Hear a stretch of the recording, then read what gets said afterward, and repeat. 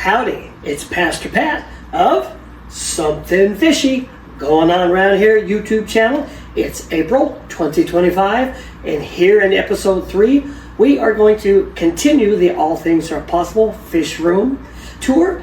This time we're going to look at row B, aisle B, section B, and if you stick around for the helpful hints, how-tos, and hacks, we're going to talk about up, and away! What a short person does if they have a row of tanks up high. I mean, we can climb up and down and up and down in this, or there's a simpler solution. But anyway, hi-ho, it's off to the fish room I go. I won't be fast, I'll probably be slow. Hi-ho, see you in the fish room. Okie dokie, here we are, row B of the All Things Are Possible Fish Room. But first, we made some changes since I was with you last in row A. Let's take a look at those. Also, notice this contraption. We'll talk about it later. These two tanks up above used to be hospital tanks, but now we have some new occupants. We have some Shelleys, some Lamprologus, Ornipininis, otherwise known as Kigama. And over here we have some new Julies, some Juliochromis Regatta. There we are. And down below we have Lamprologus Lalupe growing out, and some Lamprologus Brichardi. The cool tails are the Brichardi, the yellow are the Lupi. They were in tanks on the other side, now they're here. And the yellow labs that used to be there are now up here in the purple and yellow tank. We'll start at the garage door end of aisle B. This first rack are critters I'm keeping for a friend. Down below, we have a couple of bettas. There we go. Babysitting blue bettas. There he is, top corner. And up above, we have an albino. There she is, Axolotl.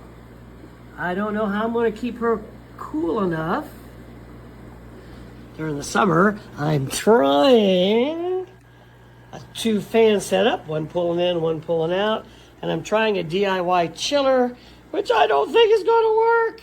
I used the littlest refrigerator I could find, a 6-can cooler, which by itself got down to 46 degrees, which I thought with water running from a pump through it continuously would be enough, but looks like I'm going to have to get a bigger refrigerator. Moving on, we have 1, 2, 3, 4 identical racks that were supposed to just have these two 29s on top, but then when I realized I could fit a 20 long on the bottom, multi-tank syndrome hit me, and I added those. These are brand new to me. I'm not even sure. Oh, there's one. Okay, we have some brevis, a nice Shelley. And right now, we have 5 shells, 5 brevis. Looks like we've got the one little friend that's come out to see us. Moving up, we have some redfin Nearlamprus Cajupunctus. These guys are pretty. They're approaching maturity, hoping to have some babies soon. They're not quite a Shelley, they're more of a Rocky. And speaking of Rocky, up on top, we have my Lalupe tank. I see you, peekaboo. That's Big Daddy, and that's where all those fry on the other side came from. I got all but 4, there's like still 4 of them around in here. Oh, there's one. And there's still 4 in here that I missed. I just grew up with Mom and Pa.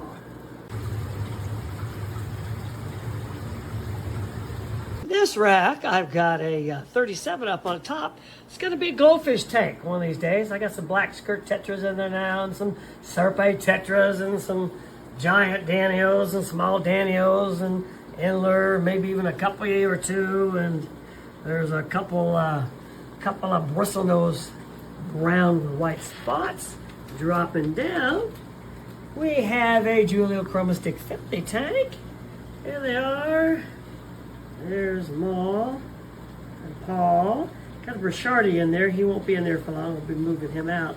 These guys have had a number of spawns for me, and I have a few, maybe 6 or 7 in a grow-out tray, but they have had a tendency to eat their spawns. And finally, down below, in this 20 long, is a multi-tank, Maltese, Neolamprologus multifasciatus. The young lady I got this from said it had 3 breeding pairs, and boy, it does. It has little ones, big ones, continuous spawns. It's kind of a fun tank. And finally, this rack closest to the front door of the home is the first rack that I built when I was here. It holds 6 10s. I originally had some 29s on the other side on cinder blocks and such. Down here is my original multi-tank. I got these when they're really tiny, and it took a long time for them to start breeding, but eventually they did, and they've got babies in there as well. Also on the bottom we have a pair of Bolivian rams. I'm hoping someday that they'll have some kids. This is just a fun tank for me. I've got some green laser cories on the bottom, and I want something on the top, so I just threw some red-tailed Dalmatian planties in there. Just made it kind of a fun tank. Right here I have a pistos. They're just now getting to the point where they're breeding age this particular time, or the Pistogrammus banshee, which are also known as the Incas. And by the way, I'm sure you understand I'm butchering all these names. I move up on top, and I have some double red Pistogrammus. There's mommy, and there's daddy. These guys have only bred for me once, had maybe five or six fry. I've got them in another tank somewhere. Here, in the last 10, I originally had a pair of blue rams. Now I got a pair of black marble angels, and I have the female. Here she is, really pretty. Female blue ram.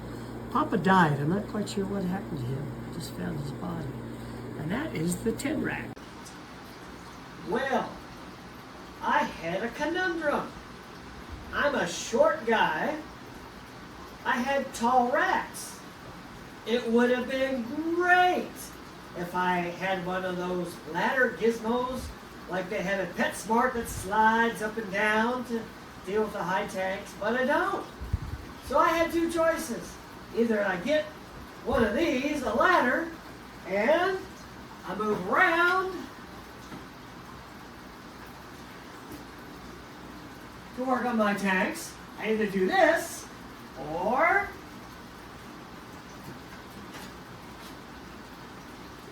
I can do this. And as long as I don't bonk my head on the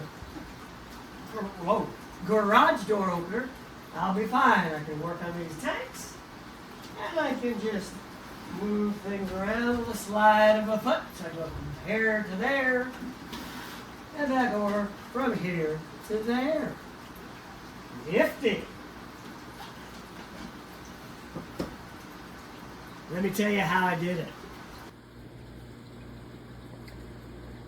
So this here one on this side I built from scratch, and notice, put sliders on the bottom so I can slide it all around, and ditto with all these glorified footstools. Sliders on them so I can slide them to wherever they are needed, just with the foot. Slide, slide, slide, let it slide. Whee! Whee! Now this here that I use on the other side was a bench I already had. So I taped it up right here really good on both sides so it wouldn't collapse on me. And I still wanted it to slide. So I put a 2x4 on each of the 3 parts there. Drilled holes halfway through for the legs to fit in. And I discovered that it would slide by itself without sliders. So sliders on this one were unnecessary. And this one is very, very handy because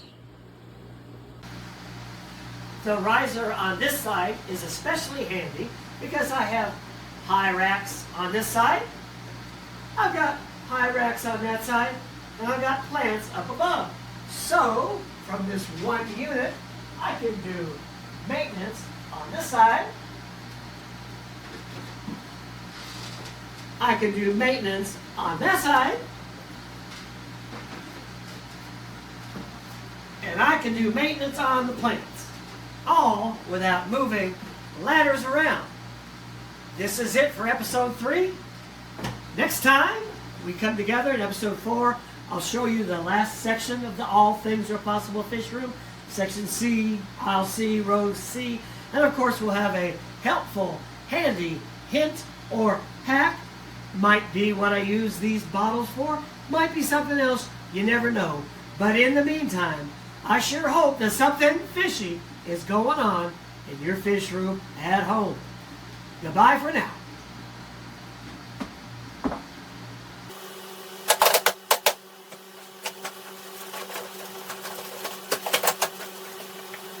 Within the Tulsa area, one of several fine fish supply emporiums that you can stop and shop at is TK Aquatics, Aquarium, Fish, and Plants.